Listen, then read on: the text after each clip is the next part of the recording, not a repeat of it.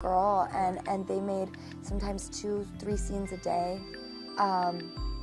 You know, I was working, I remember working like 60 some days in a row one time. And you talked a little bit before about what kind of toll that took on you, like, you know, what it took to actually get through doing scenes, or where that left you, maybe? Yeah, Sure. I mean, not only does it leave you feeling drained, but I had to start finding ways to be able to do the scenes because I was so robotic. I was like a rubber Barbie doll. Like, I had no emotions. I was plastic. Like, you know, I would get undressed from the outfit I would wear to put on this cute lingerie just to get undressed to do a scene, and it led to, I felt so hopeless and so empty inside that I turned to drugs to numb my pain, to get me through. I was no longer Britney. I became Jenna Presley. I became like this, I had an alter ego. I became my alter ego. And the drugs and alcohol just kind of helped me cope with things. You know, I know we talked a lot about the idea of fame, like wanting to be known, or, you know, that it was even more powerful than drugs. I mean, my whole life I wanted to be an actress. I always wanted to be a model.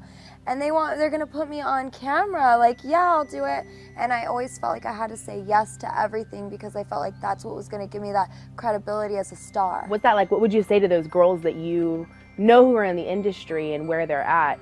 You know, what do you say to that girl that wants to be famous and thinks that porn is the way to do it? Wanting to be famous my whole life, I guess, just was resorted into wanting to be loved. And I guess I would just tell them that sharing that side of yourself and becoming so empty and feeling so helpless, like nobody, like there's just no hope. You dig such a hole where you're just in this pit of self-pity. It's not worth it. The feeling of not caring if you live or die, the feeling of, you know what, nobody loves me except for these fans who I'm actually really kind of like disgusted by because they see me in my most personal moments. It's not worth it. It's not worth it. I would give it all back. I mean, I'm glad that I am where I am today, but it wasn't worth it. All those like lonely nights by myself, like cutting on my wrist and just feeling like, what's gonna happen tomorrow?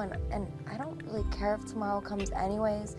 Wanting to die, trying to kill myself, spending all my paycheck on drugs, feeling like, oh, well, I made so much money. I just made $1,500. It's all going to drugs. Woo! Like, where's the accomplishment?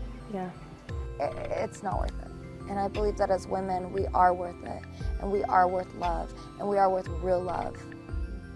And you're not gonna get that love from the industry. I just want every woman, everybody in the world, but every woman in this industry to feel what real love feels like. Because if they're anything like me, we don't know what real love is, and we're searching for it. Just thinking about you there in the shows, and I mean, you were always so sweet. You're just generally a sweet person, but seeing how there's this demeanor of you now, there's a peace upon you, you know? It's amazing to watch. Thank you. Yeah. Literally, it blows my mind. It's so exciting. To hear a story of life change like yours is one that is not very common. I feel like there's going to be so many more souls in that industry that are going to be saved. I feel like you guys have been praying. I feel like Jesus is answering these prayers right now. Yeah, well, look at you, girl. Look at you. I mean, get out of here. Like, I mean, no, but you and I...